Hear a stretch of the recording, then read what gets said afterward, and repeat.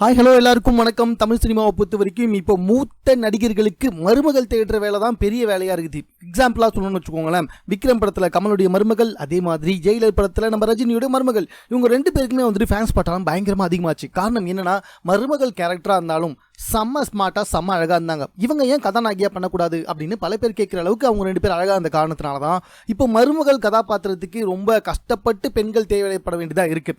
அந்த வகையில் ஜெயிலர் படத்தில் வந்துட்டு நம்ம சூப்பர் ஸ்டார் ரஜினிகாந்த் கூட நடிச்சாங்க பார்த்தீங்களா, மிர்னா மேனன்.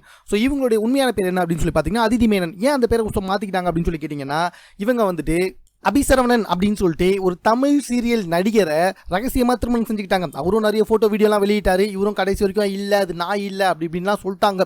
சரி, அந்த பேரில் இருந்தால் மாட்டிக்க போகிறோம் அப்படின்னு சொல்லிட்டு தான் சினிமாவில் மிர்னா மேனன் அப்படின்னு சொல்லிட்டு வந்தாங்க. இவங்க நிறைய மலையாள படம், தெலுங்கு படம் நடிச்சிருக்காங்க. அப்பெல்லாம் வந்து நமக்கு யாருக்குமே தெரியாது.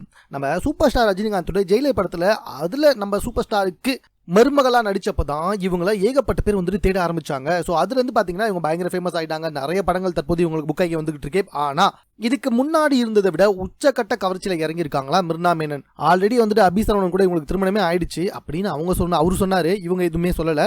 ஸோ இப்போ வந்துட்டு பார்த்தீங்கன்னா இவ்வளோ கவர்ச்சியான புகைப்படங்கள் வெளியிடுவதற்கு என்ன காரணம் அப்படின்னு சொல்லி பார்த்தீங்கன்னா, தமிழ் சினிமாவில் இதுக்கப்புறம் வந்துட்டு இந்த மருமகள் கதாபாத்திரம், தங்கச்சி கதாபாத்திரம், அன்னி கதாபாத்திரம்லாம் வேண்டாம், நடிச்சா ஸ்ட்ரைட்டாக ஹீரோயின் தான், அதுக்கான வேலைகளில் தான் தற்போது இறங்கியிருக்காங்களாம் நம்மளுடைய மிர்னா மேனன்.